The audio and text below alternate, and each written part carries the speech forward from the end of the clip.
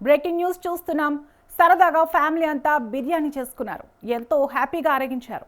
బిర్యానీ తిన్న తర్వాత కాస్త ఫ్రూట్స్ తిందాం అనుకున్నారు. సమ్మర్ కదా, వాటర్ మిలన్ బాగుంటుంది అనుకున్నారో ఏంటో వెంటనే పుచ్చకాయ కోసుకొని తినేశారు. అంతే, ఇక కట్ చేస్తే తిన్న వాళ్ళంతా నిమిషాల వ్యవధిలో మృత్యువాత పడ్డారు. ఈ ఘటన మహారాష్ట్రలో జరిగింది. ఒకే కుటుంబంలో 4 మృత్యువాత. ఇది అత్యంత దురదృష్టకర ఘటన. విరోచనాలు, వాంతులతో కొద్దిసేపటికే ఆసుపత్రిలో చికిత్స పొందుతూ ఒకే కుటుంబంలో భార్య, భర్త, 2 పిల్లలు చనిపోయారు. ఈ నెల 25న ముంబైలోని పైథోని ప్రాంతంలో చోటు చేసుకున్న ఈ విషాదకర ఘటనకు సంబంధించి సంచలన విషయాలు వెలుగులోకి వస్తున్నాయి. వీరంతా ఫుడ్ పాయిజన్ బారిన పడే ప్రాణాలు పోగొట్టుకున్నట్లు తెలుస్తోంది.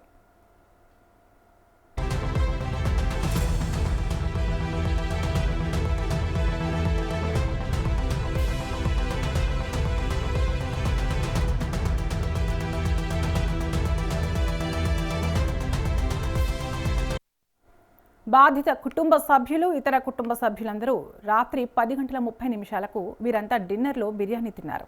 అనంతరం 5 ఫ్యామిలీ మెంబర్స్ తిరిగి వారి ఇళ్లకు బయలుదేరి వెళ్లిపోయారు.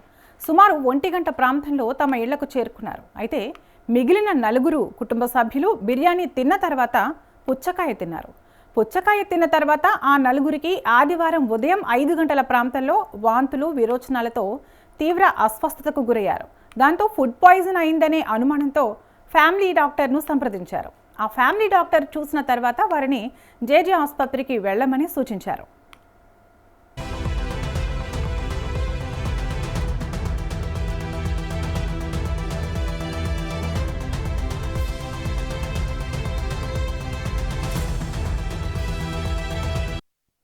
వారి డాక్టర్ సూచించిన విధంగానే జేజే ఆసుపత్రికి చికిత్స కోసం వెళ్లారు.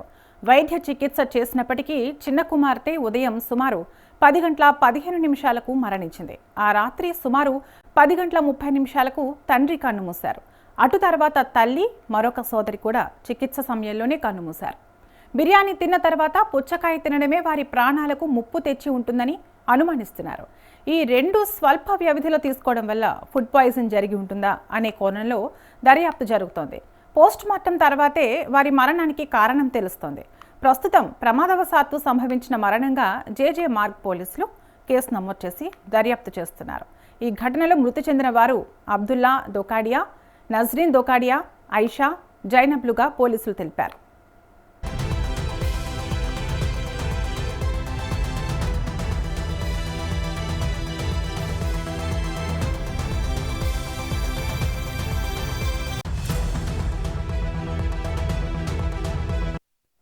కేసు నమోదు చేసుకున్న పోలీసుల విచారణ చేపట్టారు. పోస్ట్ మార్టం కోసం మృతదేహాలను పంపించి దర్యాప్తు చేపట్టారు. అయితే ఈ కేసులో ఫోరెన్సిక్ పరీక్షలు ఊహించని విషయాలను వెల్లడించాయి.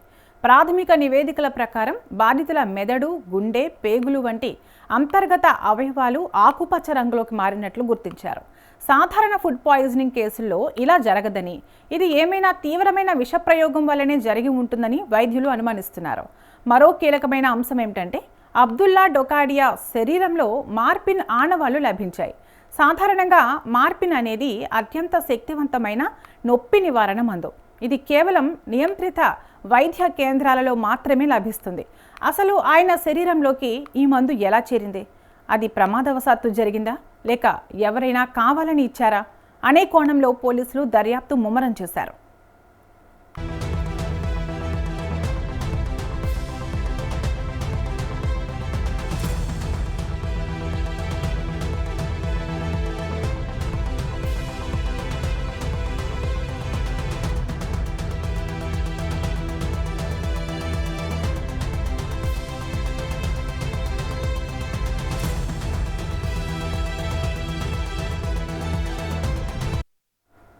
రాష్ట్ర ఆహార ఔషధ నియంత్రణ విభాగం ప్రస్తుతం పుచ్చకాయ నమూనాలను పరీక్షిస్తోంది.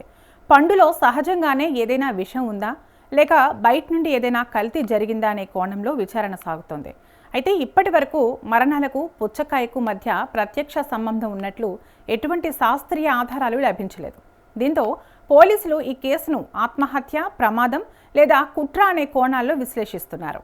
ఆ కుటుంబం ఏదైనా మానసిక ఒత్తిడిలో ఉందా అనే అంశాన్ని కూడా పరిశీలిస్తున్నారు.